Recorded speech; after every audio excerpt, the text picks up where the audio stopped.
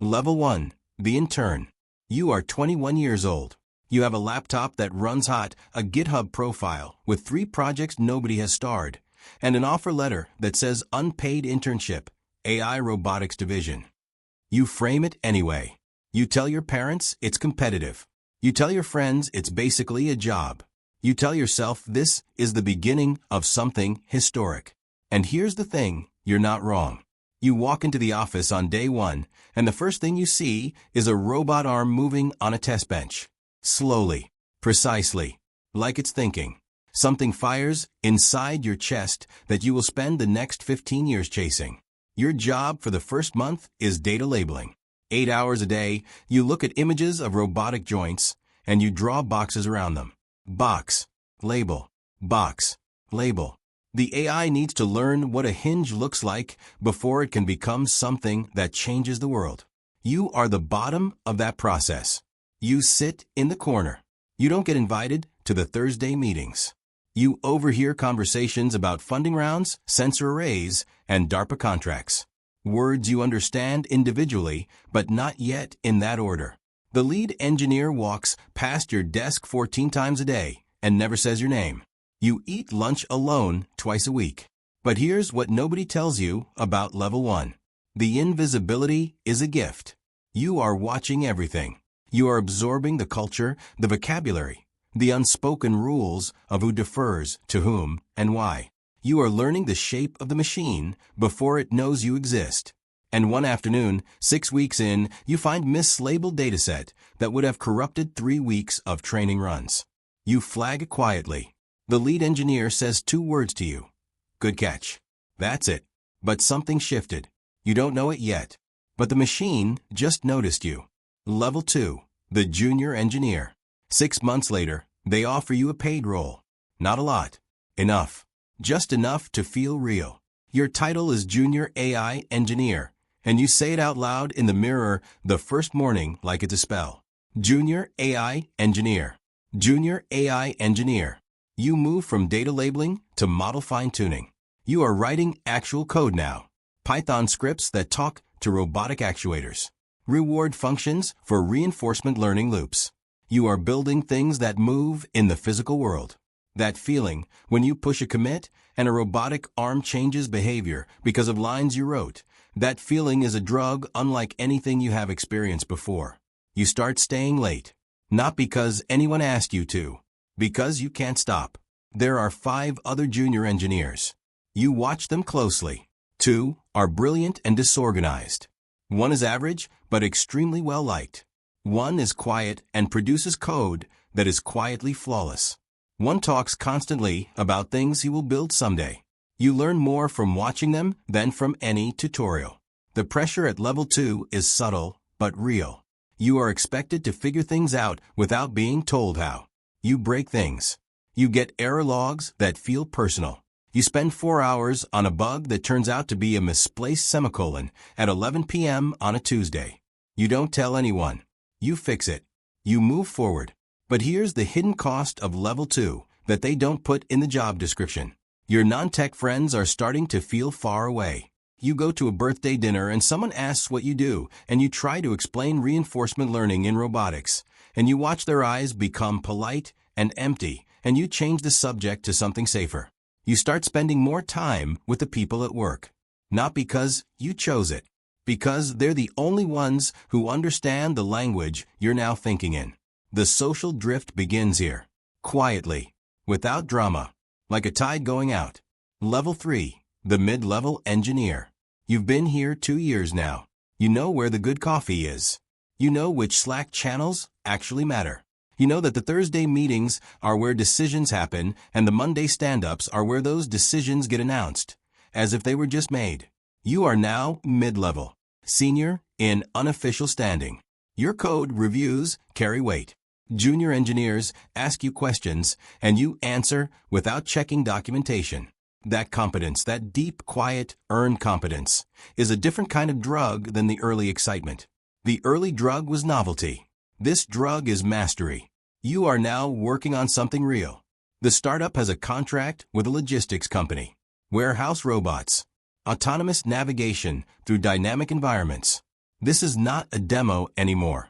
This is a system that will run 22 hours a day in a real building, moving real boxes. Failure has a price now, and that changes how you work.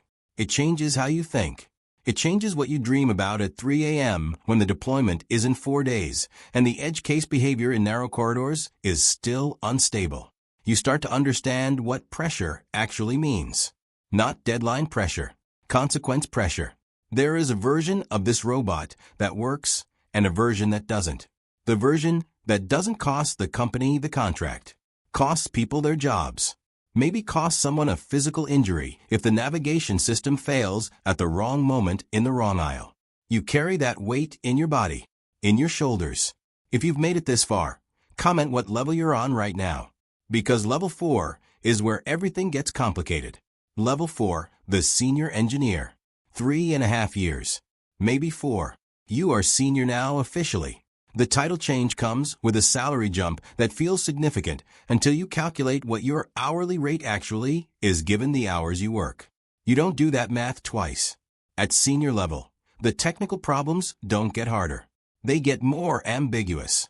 Junior problems have right answers. Senior problems have trade-offs. Should you retrain the entire perception model or patch the existing one? Retraining is more robust, but costs 3 weeks.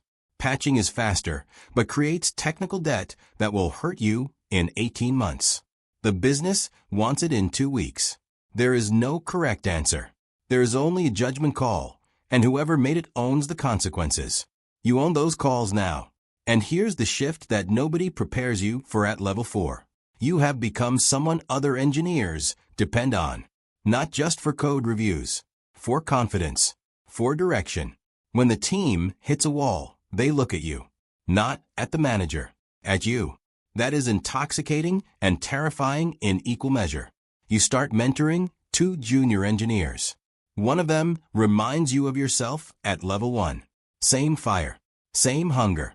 Same willingness to sit with a problem until it breaks. You watch them make mistakes you made. You let them. Not because you're careless. Because you know that's how the understanding gets built.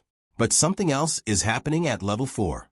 You are starting to see the startup not just as a technical challenge, but as a living organism with politics, ego, resource scarcity, and competing visions.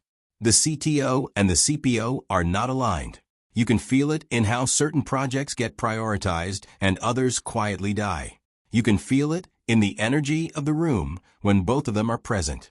The technical world and the political world are colliding.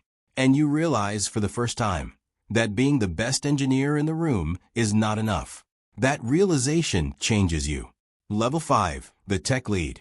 You didn't ask for this role. They created it for you. Tech lead. That means you are still deeply technical. But you are also now responsible for a team of 7 engineers, the technical direction of 2 product lines, and the architectural decisions that will either scale gracefully or collapse catastrophically when the company triples in size. Which it's about to. Series B just closed. $18 million. The kind of number that sounds enormous until you see the burn rate and understand that 18 months of runway is not a comfortable cushion. It is a countdown timer. You feel the clock now. Every hiring decision, every technical choice, every week of velocity, it all feeds into a calculation that ends with either we made it or we didn't. Your team looks to you for steadiness, so you perform steadiness. Even on the mornings when you wake at 5 a.m. with your mind already running worst-case scenarios about the new sensor integration and the production deployment next Thursday. You perform calm. You perform certainty. You perform the version of yourself they need you to be. And here's the emotional cost that starts at level 5 and only grows from here. You stop being able to turn it off. It's not burnout exactly. It's more like your brain rewires. Work stops being a thing you do and starts being a state you exist in. You are at dinner and you're thinking about latency. You are in the shower and you're solving the multi-agent coordination problem. You are watching a film on Saturday, and a scene with a robotic arm pulls you straight back into a code review you left unfinished. Your partner notices before you do. They don't say it directly, but there's a version of you that used to be present and now exists mostly in physical form while your mind is elsewhere. That's level 5. The title improves. The self starts to blur. Subscribe now, because level 6 is where the game shifts completely. Most people who make it this far still don't see what's coming. Level 6, the engineering manager. This is the crossroads. Everyone in tech eventually arrives here, and almost nobody is ready for it. You are now engineering manager. You have moved from building things to managing the people who build things. This sounds like a promotion. In salary terms, it is. In every other dimension, it is a different job, a different identity, a different set of skills. You no longer write code in the critical path. You review. You guide. You unblock. You have one-on-ones. You give feedback. You make the quiet decisions about who gets what opportunity and who is quietly being managed toward an exit. And you miss it. The code. The problem. The direct feedback loop of a system that either works or doesn't. Management is slower, messier, more human. People don't behave like functions. You have an engineer on your team, technically exceptional, interpersonally difficult, who leaves a trail of conflict wherever they move. You spend more energy managing the blast radius of this one person than you spend on 3 other engineers combined. You cannot simply debug them. There are performance conversations, documentation, HR processes, weeks of effort to address something that in a code base you could resolve in an afternoon. Welcome to the human layer. But here's what level 6 teaches you that nothing before it could. Organizations are not built from code. They are built from trust, incentive, narrative, and the stories people tell themselves about why the work matters. Your job is no longer to solve technical problems. Your job is to create the conditions in which other people can solve technical problems. That is a completely different discipline. And the engineers who refuse to learn it, who stay technical forever out of pride or fear, they become brilliant individuals in a world that increasingly rewards people who can multiply brilliant individuals. You learn this slowly, through mistakes, through a team that underperforms for a quarter before you understand that you set unclear expectations, through a talented engineer who leaves because you gave them feedback too late, through a project that shipped technically correct but strategically wrong because you didn't push back hard enough on the product spec. Each mistake is expensive. Each mistake teaches you something that cannot be learned any other way. Level 7. The Director of Engineering. The startup is bigger now. Not big, but bigger. 40 engineers. 3 product lines. A robotics hardware team, a software platform team, and a new AI research team that was created specifically because a competitor published a paper that scared the board into action. You are Director of Engineering. You have managers reporting to you. You are managing managers. This is a different gear entirely. The problems at this level are organizational, resource allocation, headcount planning, cross-team dependencies that cause delays nobody planned for, technical debt that has accumulated across 3 years of ship it now, clean it later. Later has arrived. You spend a full quarter managing a migration that no customer will ever see and no investor will ever mention, but that was quietly killing velocity across every team. Invisible infrastructure work. The kind of work that is heroic and thankless simultaneously. The people who see it appreciate you. The board does not see it. And here's the political reality of level 7 that will either make you or remove you from the organization. At director level, you are in the room where strategy happens. Not just engineering strategy, company strategy. You sit in the executive meetings now. You are present when the CEO discusses whether to pivot the hardware roadmap toward humanoid platforms or double down on industrial automation. You have a voice in that conversation. But having a voice and having influence are different things. Influence at this level is built slowly. It is built by being right more often than wrong, by bringing data when others bring opinions, by saying the uncomfortable technical truth when the business case wants a more comfortable answer. You will be pressured. Someone will want you to say the new platform can be ready in 8 months. You know it cannot be ready in less than 14 months without unacceptable quality risk. That moment, that specific moment, is a test. What you say in that room will either establish you as someone whose assessments can be trusted or someone who tells people what they want to hear. The organization needs the first version of you. You must choose it, repeatedly, under pressure. Nobody told you leadership was this lonely. Level 8, the VP of Engineering. Series C, 40 million. The company is real now in a way it wasn't before. There are enterprise contracts.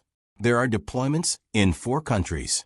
There is a pilot program with a major automotive manufacturer that could change everything if it succeeds and change everything if it fails. You are VP of Engineering.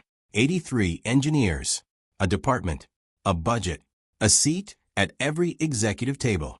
And here's the quiet truth of Level 8 that the LinkedIn success stories never include.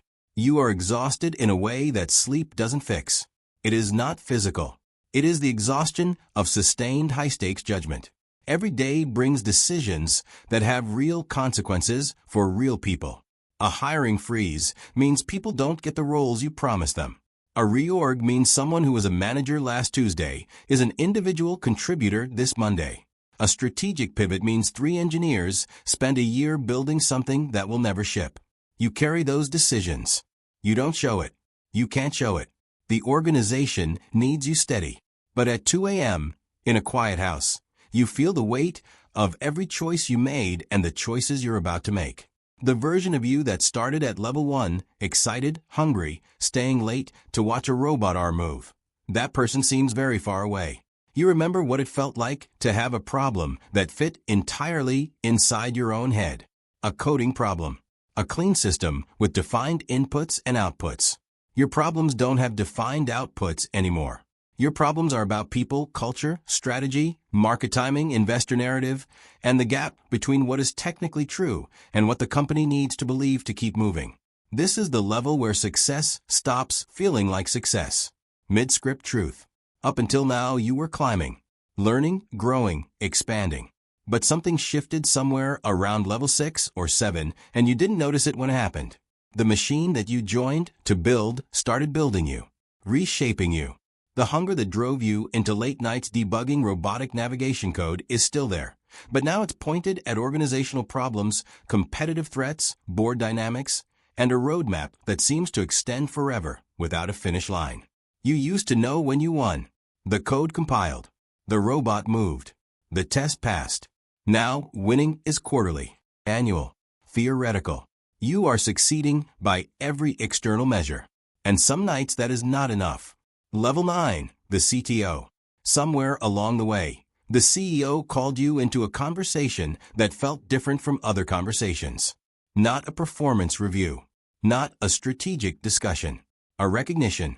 The company has reached a size and a technical complexity where the person holding the CTO title needs to be someone who can hold the entire technical vision in their head while simultaneously operating as a business leader, a talent magnet, a public spokesperson for the company's technological credibility, and a political counterbalance to the commercial pressures that constantly push for speed over stability. They looked across the executive team. They looked at you, Chief Technology Officer. The weight of that title is different from any weight that came before it. At every previous level, someone above you held the final call. Even at VP, the CTO was the ceiling, the backstop. Now you are the ceiling. Every technical decision in the company, from the architecture of the core robotics platform to the AI ethics policy for autonomous systems that will operate near humans, those decisions trace back to you. Not because you make them all, but because your philosophy, your standards, your culture saturate every team and every engineer in a way that means your fingerprints are on everything, whether you touched it or not. That is power. It is also a responsibility that does not clock out. You are now a public figure in a way you were not at VP. You speak at conferences. You give interviews. Journalists quote you in articles about the future of autonomous systems. Your thoughts become part of the public record of the industry. There's a version of this that feels like recognition for 15 years of difficult work. And there is a simultaneous version, quieter, more private, that wonders who you are when the title is removed. Because the title is not who you are. but it has been who you are every day for a very long time. Your children know you as someone who travels, as someone who is often on a call. You missed a school performance once. You told yourself it was the only time. It wasn't the only time. That knowledge lives somewhere in your body in a place that doesn't have a name, but that you feel in the car on the way to the airport at 5:45 in the morning, when the house is still dark and everyone inside it is still sleeping. Level 10, the CEO. This was not the plan. You were technical. You were always going to be technical. But the original CEO, the founder who started this in a garage with a whiteboard and a conviction that autonomous robotics would transform physical labor, he left. Not dramatically. Not in scandal. He left because the company had scaled past his strengths, and he was honest enough to know it, and the board respected him enough to let him exit with dignity. And the board looked at who understood the technology, the team, the culture, the product, and the commercial reality all at once. They looked at you. You are CEO of an AI robotics company. You have 412 employees. You have a valuation that places you in a category of companies that gets written about.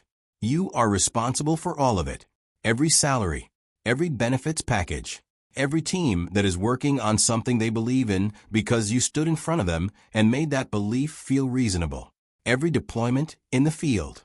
Every robot operating in a warehouse or logistics hub or hospital corridor with your company's name on it. Every decision that could end this or continue it. And here is the final truth of Level 10 that nobody who has not lived it can fully understand. The loneliness at this level is structurally built in.